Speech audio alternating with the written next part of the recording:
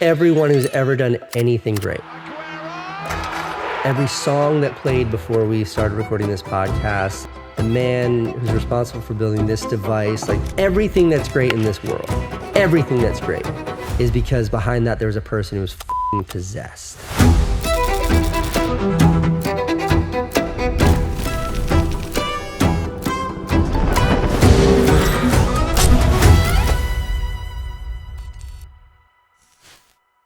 So my whole childhood was just completely unsupervised.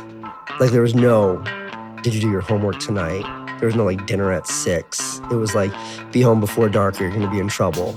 So I am, without a doubt, the very last generation that got to grow up without internet. And one of the things we used to do for fun when we were little kids is we'd collect pennies and change and we'd lay them on the railroad tracks and the train would go over them and flatten them. Very cool. And so like we would have to sneak out of my parents' house. They'd have to sneak out of their parents' house. We'd like meet down by the river like in Tom Sawyer. And it was just kind of like a very loose, kind of f***ed up, wandering childhood of exploration. Why were you unsupervised? Where were your parents? I think that childhood always felt like you were sort of hanging on by a thread. My dad worked a zillion hours a week. He had no choice. We lived in a house that was like comfortable, but like, you know, there's never any food in our house. It was like, it was fine. We always made it by. Like we'd go on vacation, but it was always like in the back of the station wagon and we'd go to like a town 2 hours away and stay in a shitty motel for 2 or 3 nights. They divorced at some point? Yeah, that's when things got really hard. In what way? The tumult of living in that house just kind of precipitated until my parents split up, which happened under very like auspicious, shitty, f***ed up circumstances and kids being blamed when the kids shouldn't have been blamed. And I was the one who had to like tell my dad, like, Dad, Mom's cheating on you. Oh, really? Yeah.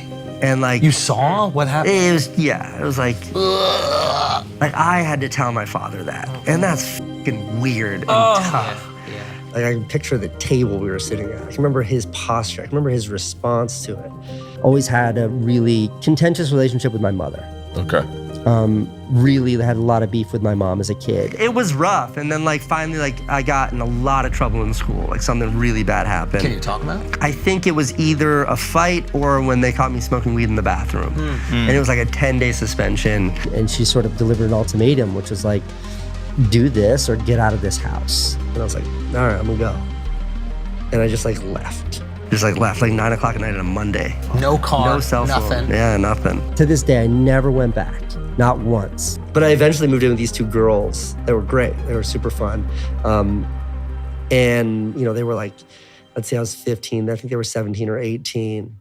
And then, yeah, I started, you know, one of them, she and I kind of got close, and then like immediately she was pregnant. Obviously it wasn't planned or expected at that age, but I remember finding out she was pregnant and just being like, okay, let's do this. Like finally, like I mean, I'm only 17, but this is the first time I get to show that I can be responsible. Wow. I remember very deliberately that feeling, that sentiment towards it. I remember one moment where like she started freaking out in the car because she was like, you know, 8 months pregnant, and she's like crying and just like, you know, dealing with it. And I pulled over and I was like, what are you upset about? And she was like, what are we gonna do? We don't have any money. Like, you don't even have a job. Like, what are we gonna do? But eventually she dumped me. Why? I mean, You had so much going for you. she dumped me for all the right reasons. Okay. And I thank the Lord every day that she did dump me. Then I was like, okay, I've got a plan. In 5 years, I'm gonna move to New York City and I'm gonna figure this out and I'm gonna do this and I'm gonna do that. What were you going to do in New York? I don't know.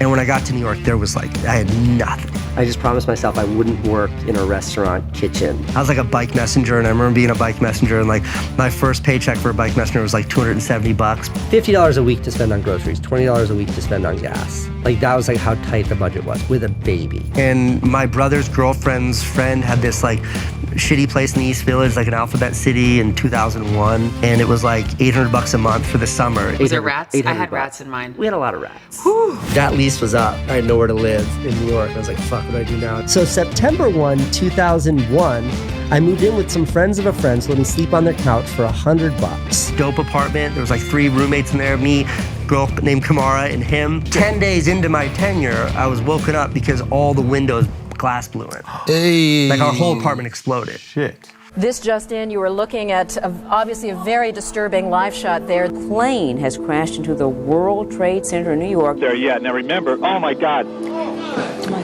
God. That looks like a second plane. Like stepped outside of my apartment and I just see someone frantically, not in uniform, a human, just fucking dressed like you or I, just running around frantically with a stack of sheets this high, taking the sheets with one hand, wringing it out, and then dropping them. And I'm like, what the fuck is that person doing? And as they drop them, they'd turn red. And I realized they were dropping those sheets on remains that had fallen. I remember like later that day, like getting on the phone with my dad, and like the towers are still on fire. And my dad being like, I think it's time for you to come home now, come back. And I was like, what are you talking about? Like, what are you talking about? What do you mean? Why would I come back? And he was like, terrorists blew up your apartment. You have no job. You have no prospects. You have no money. And now you have nowhere to sleep. I'm like, I'll figure that out. I'll be fine. Later, Dad. It was like guns at the back of your head. What are you gonna do? Yeah. And? Fucking figure it out. I just knew I wanted to make movies. And making movies then, this is like, 2001, making a movie meant making it, finding the money, doing a production, and then getting it to a film festival. That was the dream. And Van had the computer, I had the camera, so we would like join forces to make little videos. And I was like, this is all I want to do for the rest of my life. There was no plan B, there was no other option. It was like, if this doesn't work, I'm back in the kitchen making $7.25 an hour. The iPod movie was just, I was super, super fucking broke, but I got the first iPod. And it was so exciting, but like a year and a half later, the battery died. And when I called Apple, they're like, we're not gonna replace the battery. And I was like, my battery's dead. And he's like, it's our policy to recommend you just buy a new one. And I was so offended. So I called back and I recorded it. And when he said that, I was like, there's a movie here. It was a kind of like explosion that I had never felt in any other capacity in my career, my life. The virality from the iPod video introduced Casey and Van to an entirely new circle of individuals. And the one most relevant to this story is Tom Scott, a cable access executive who wanted to bankroll their next project. But that guy, the guy who's the cable access guy, loved it. And he was like, let's do something big together. And he was thinking a feature film. And Van and I were like, look, all we know how to do is make these little videos. Yeah. So I went to him and I was like, look, give us this much money and it will cover all of our expenses. And for a year, all we'll do is make little videos. And he was like, I don't know what that means, but sure. We made this show, my brother Van and me. We wrote it, we directed it, we shot it on little cameras, we edited it in iMovie. Like, we made this show that HBO believed in so much that they bought it.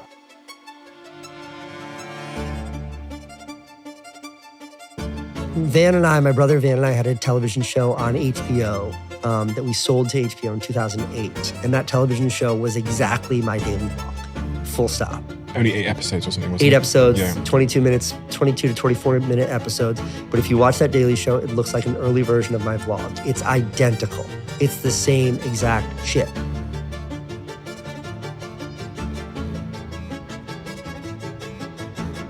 Very highly reviewed, but nobody watched it. It was on at midnight on Friday nights. Like, it wasn't a breakout success. Oh, so it never aired? For 2 years, it didn't air. And then finally, like, we're gonna air it.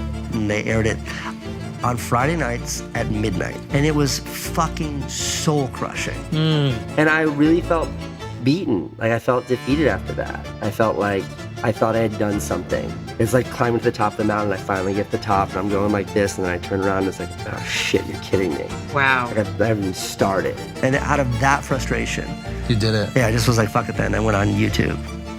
And like a year later, my YouTube channel was doing more views in any one 24-hour period than like every fucking Viacom property that was out. Wow.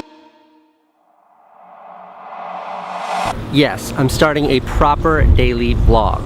I'm psyched. So this is the first vlog entry.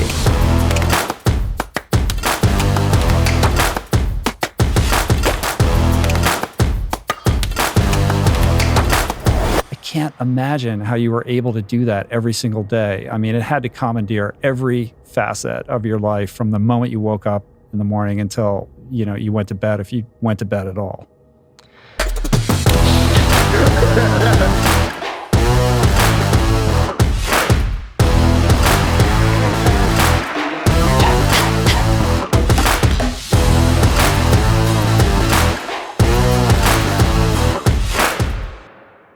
took 170 million views for me to get to, I think, around 300,000 subscribers. And that was like 7 years. So 7 years to get to 300,000 subscribers, 12 months to get to 10 million subscribers. Maybe it was 18 months, something, but it was insane. I think in the moment, you know, for those 800 days, like I lost out on a lot of life. Your eyes are really wide and you're always looking around. So it's like, I'm here with you right now in real life, Rich, but it's, if I was making my video for the day, I'd be like, what is this? Yeah, these photos are pretty great. This one's probably my favorite. And it'd be a different version of myself, so I'm trying to get something from you. Yeah. Candace, besides the rain, how'd you characterize the trip? You know, for the 3 years I did that, I almost never fought with my wife, despite the fact that we were on the verge of divorce for those 3 years. You think we're patient with each other? No, we almost got divorced 7 months ago. But I wouldn't fight with her because I needed her to be in the videos. So anytime there would be a conflict, no matter how big of a deal it was to me, all that was going through my head is like, how can I get past this and make things right because I need her? And that's bullshit. Like, that was a really gnarly thing to do that I look back on and like, Jesus. It's not clickbait. I really am ending the vlog.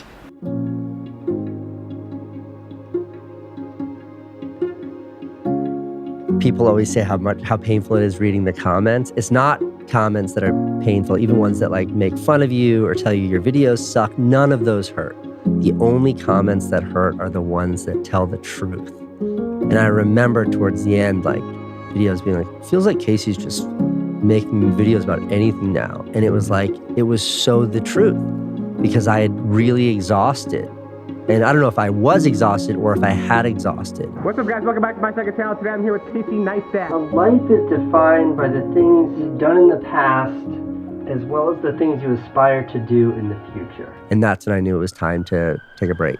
I have to kill this before I can give birth to what's next. How do I define success right now? After 18 years in New York City, I'm leaving. Can I be a good dad? Can I be a good husband? And can I be present? Daniel Day-Lewis, There Will Be Blood. Yeah. This is literally the fucking movie, is that in this guy's pursuit of money, the only version of success that he understood, he lost everything. Every person that was close to him, his family, his son, his partners, his friends, everything.